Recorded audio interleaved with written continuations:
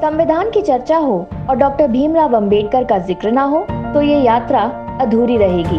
अंबेडकर ने विषम परिस्थितियों में अपने जीवन की शुरुआत की और इन विषम परिस्थितियों का बीज तो अंग्रेजी हुकूमत पिछली लगभग 2 सदी से ही बो रही थी। युवा अंबेडकर ने इन सब परिस्थितियों से संघर्ष किया।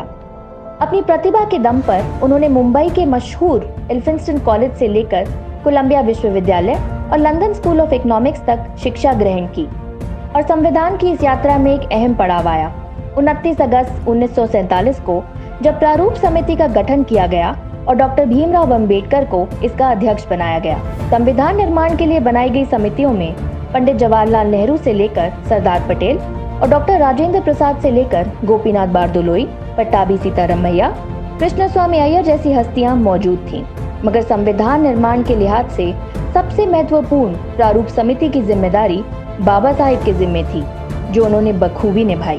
संविधान निर्माण में कांग्रेस की अहमियत को रेखांकित करते हुए बाबा साहिब ने अपने समापन भाषण में कहा कि अव्यवस्था की संभावना सभा के भीतर कांग्रेस पार्टी की उपस्थिति से शून्य हो गई, जिसने उसकी कार्रवाइयों में व्यवस्था और अनुशासन पैदा कर दिया। यह कांग्रेस पार्टी के अनुशासन का ही परिणाम था कि प्रारूप समिति प्रत्येक अनुच्छेद और संशोधन की नियति के प्रति आश्वस्त होकर उसे सभा में प्रस्तुत कर सकी।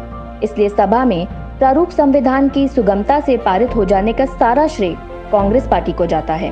साथ ही भविष्य की चुनौतियों के प्रति चेताते हुए बाबा साहिब ने यह भी कहा था कि संविधान चाहे कितना ही अच्छा हो, वह बुरा साबित हो सकता है यदि उसका अनुसरण करने वाले लोग बुरे हों। आज बाबा साहिब की आशंका सही साबित हो रही है। हमारे संविधान पर आक्रमण किया जा रहा है, लोकतंत्र को तबाह किया जा रहा है, जनता की आवाज को कुचला जा रहा है। तो ये हमारी जिम्मेदारी है कि संविधान रूपी धरोहर को बुरे हाथों से बचाएं और यही बाबा साहिब को हमारी सच्ची श्रद्धांजलि होगी।